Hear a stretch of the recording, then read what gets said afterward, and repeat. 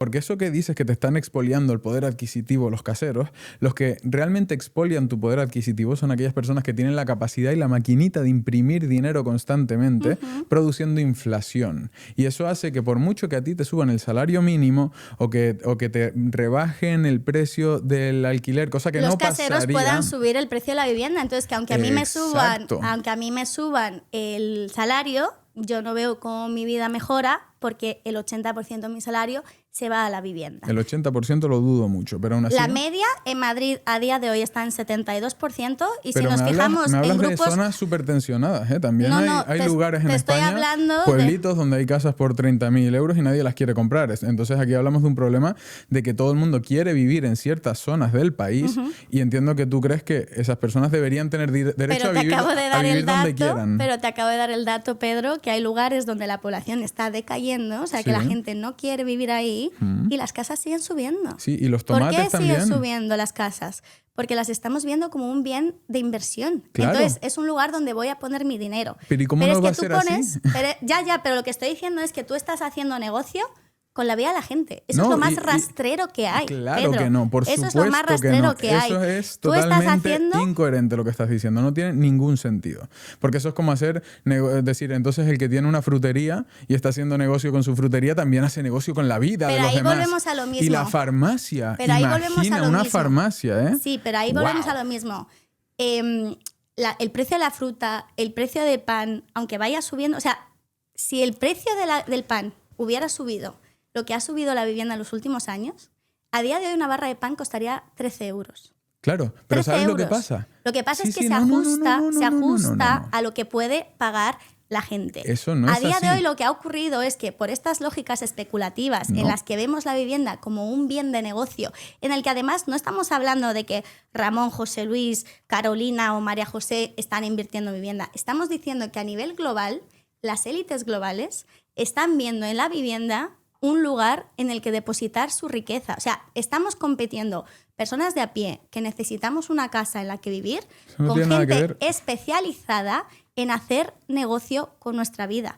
Entonces, ahí es donde ocurre un desacople total entre la capacidad de gasto, ¿no? Entre realmente como el dinero que hay a disposición de la gente que trabajamos todos los días para tener dinero, para vivir nuestras vidas, gente, ¿no? que nos sostenemos gracias a nuestra fuerza de trabajo, versus esa economía parasitaria que vive a costa de otra gente. Entonces ahí ha ocurrido un desacople total. No estás entendiendo algo de primero de economía, algo muy sencillo, ¿vale? Me hablas de la diferencia, o sea, ante la inflación, me hablas de la diferencia en la evolución de precios, una comparativa entre el pan, por ejemplo, o el precio de un tomate y el precio de la vivienda. Perfecto.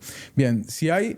El pan se puede ajustar de una forma diferente porque se puede producir más pan sin ningún tipo de problema. Pero si tú me estás diciendo que se produce ahí bien. Puedes producir más pan, ¿verdad? Sin embargo, si no se libera suelo, si no se dan licencias, si se suben los impuestos a la construcción o directamente se mantienen muy altos todos los impuestos relacionados con rehabilitación de viviendas y con construcción de viviendas, y sobre todo no liberas suelo para poder construir, estás sometiendo a tu población a tener escasez de vivienda. Y la escasez, como te estaba explicando antes, aumenta el valor por definición.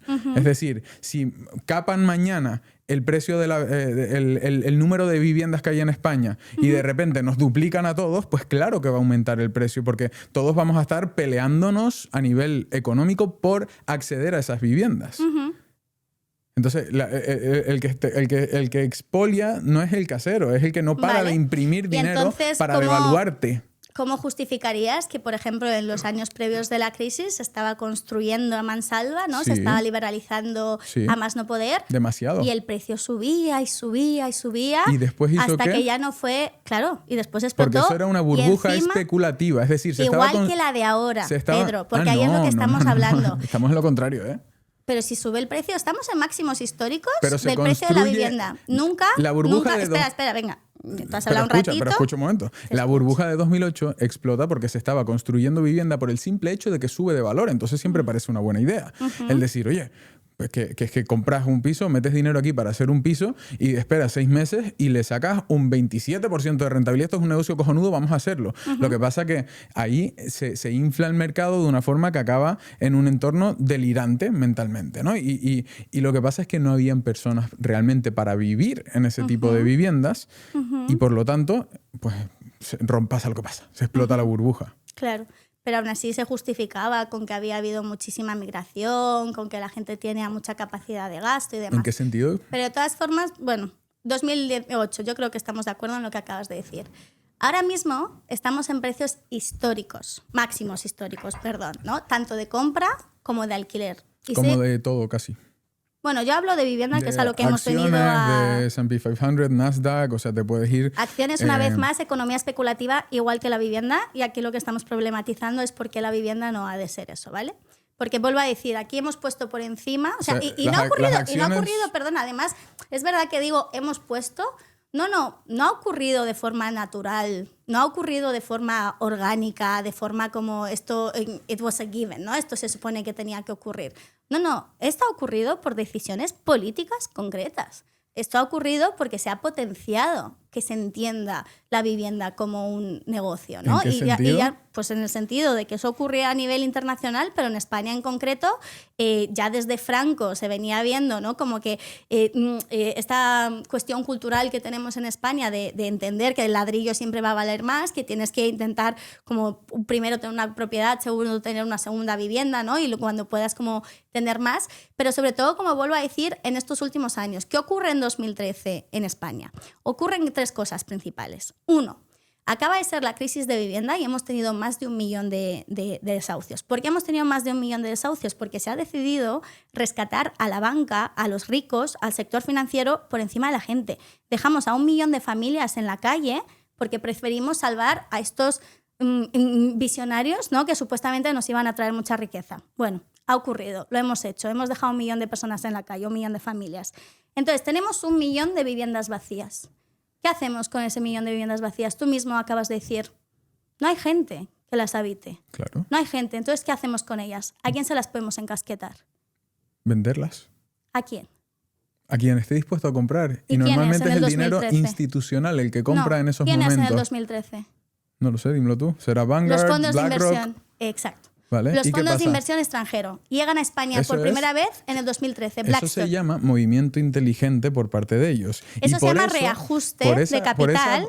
Porque BlackRock, por ejemplo, tú lo verás como unos malvados que... No, unos malvados no, los veo unos especialistas en su negocio, que es mover dinero y hacer economía especulativa. Claro. Y lo que vieron es que hace 10 años se podía empezar a hacer eso con la vivienda. Y ahora lo que estamos viendo 10 años después es que vivimos asfixiadas. Es que, Pedro, a lo mejor este debate está también teniendo lugar porque tú no sabes la sensación que tenemos de no llegar a fin de mes. Porque da igual, la vivienda es una cuestión de coherencia y sentido común económico. Ya, pero el sentido común está bastante atravesado por cómo tú vives tu vida. Y si tú no vives tu vida con la está atravesado con la por el entendimiento que tengo de la economía. No solo, y lo sabes muy bien, yo creo que eso es de sentido común también, que no todo el mundo vive la vida de la misma manera y cada uno tenemos nuestra propia vida, nuestra propia historia, nuestro propio contexto. Pero existen unas dinámicas de mercado que son como son. Venga, volvemos a lo mismo. Déjame terminar mi frase y seguimos conversando.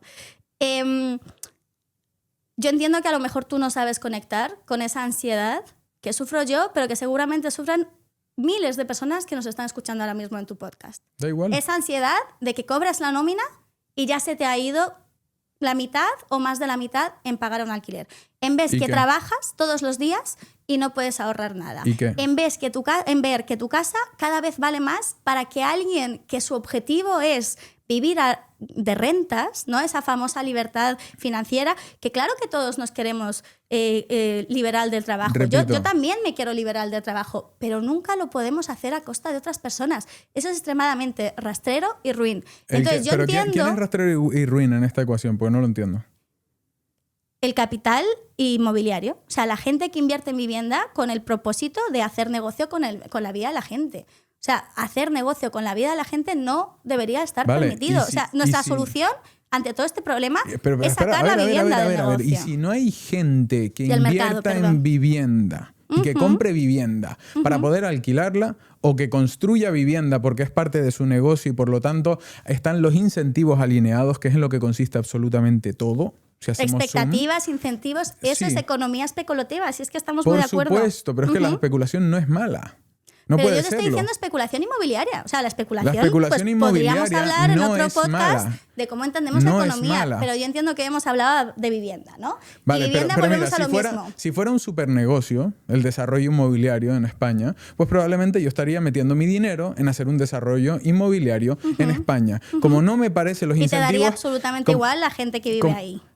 O sea, estar ampliando la oferta de vivienda para que otras personas, para que sería en pro de reajustar los precios de alquiler hacia la baja, pero yo me tendría que sentir mal por dar, por habilitar opciones de alquiler para que se destense la parte de la oferta. Pero es que en qué momento, o sea, aquí volvemos a lo mismo, ¿en qué momento nos creemos que la razón detrás del problema de vivienda que tenemos hoy en día, uno, es la escasez y dos, que la escasez viene de que no hay vivienda construida? O sea, ¿En qué momento te lo crees? Sí, porque en el momento que aplicas el sentido común. No, pues el sentido común te lo explico yo también, que además soy bastante especialista en vivienda, tengo muchos datos y llevo 4 años en un sindicato de inquilinas, entonces ya no solo tengo los datos, sino tengo la experiencia vivida, mía propia y de mucha gente. Da igual, no me hace falta los datos, son dinámicas de mercado obvias.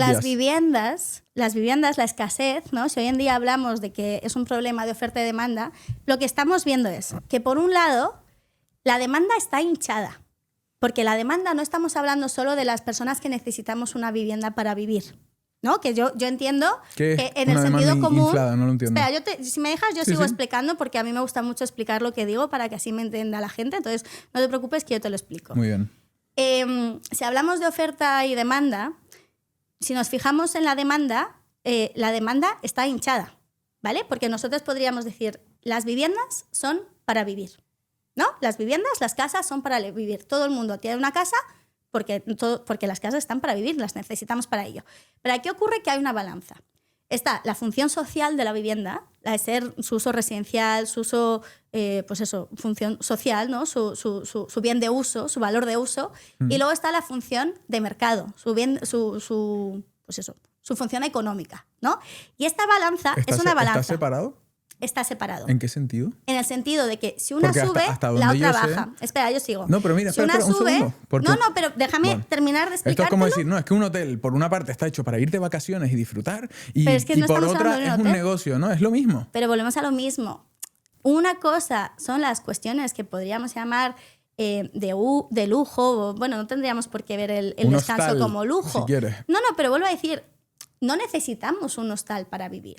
Pero tú sí necesitas tener una casa para tener una vida. Y esa balanza es lo que tienen las balanzas. Cuando uno sube, el otro baja.